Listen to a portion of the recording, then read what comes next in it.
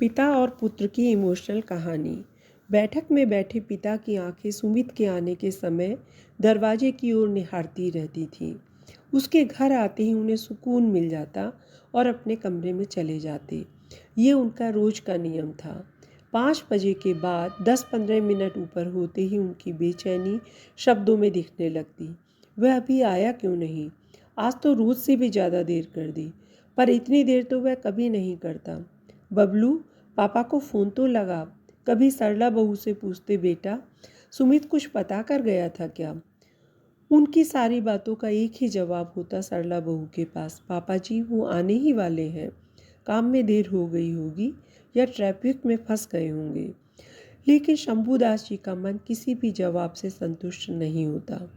बैठक से लेकर बाहर बरामदे तक उनकी चहलकदमी निरंतर बनी ही रहती, जब तक कि सुमित लौट नहीं आता।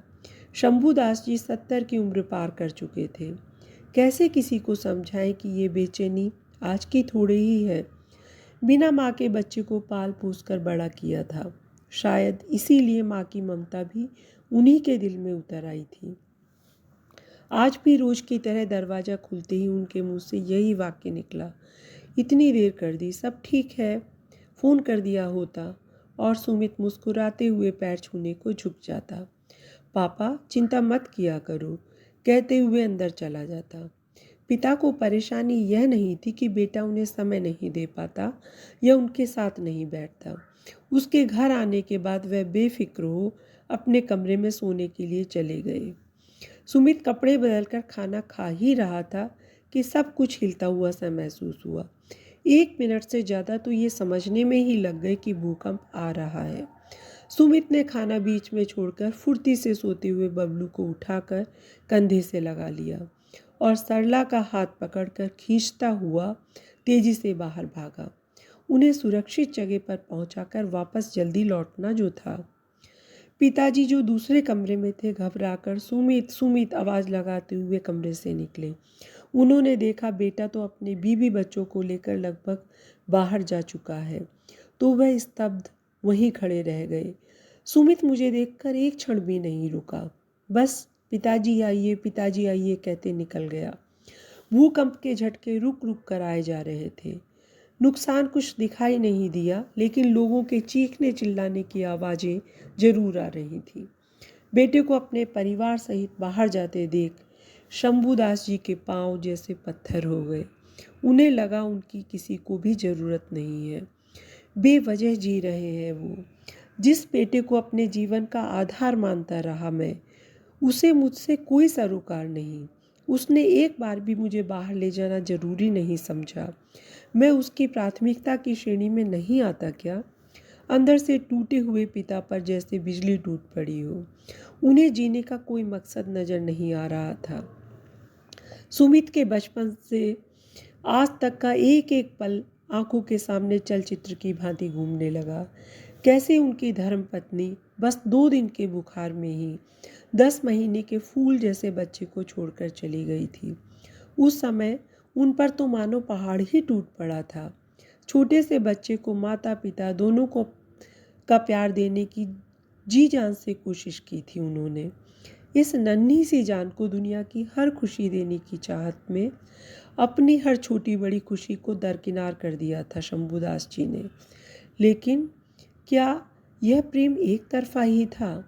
शादी और बच्चे के बाद क्या बेटे की जिंदगी में उनका कोई अस्तित्व नहीं रहा?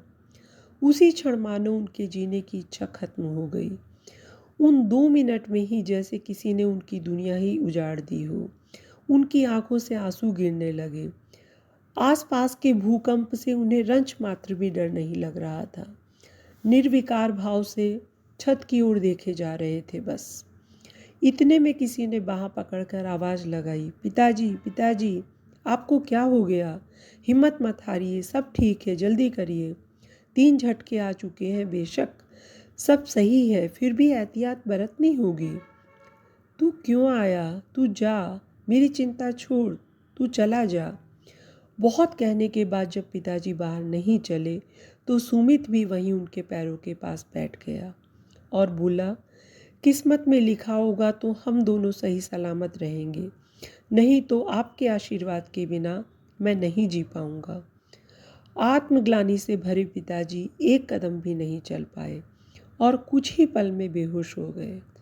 कुछ समय बाद सब शांत हो गया। थोड़ी थोड़ी देर में भूकंप के 4 झटके महसूस हुए। जान माल का नुकसान थोड़ा बहुत हुआ, लेकिन मन की दरारें पूरी तरह भर चुकी थीं। पिताजी समझ चुके थे बेटा उन्हें आज भी उतना ही प्यार करता है और वही प्यार वह अपने परिवार से भी करता है। समय की व्यस्तता और बढ़ती जिम्मेदारियों ने उसे सब ओर से घेर लिया है। वह अपने सभी फर्ज भी और जिम्मेदारी बखूबी निभा रहा है। आज शंभूदास जी को अपने बेटे और अपनी परवरिश दोनों पर गर्व हो रहा था।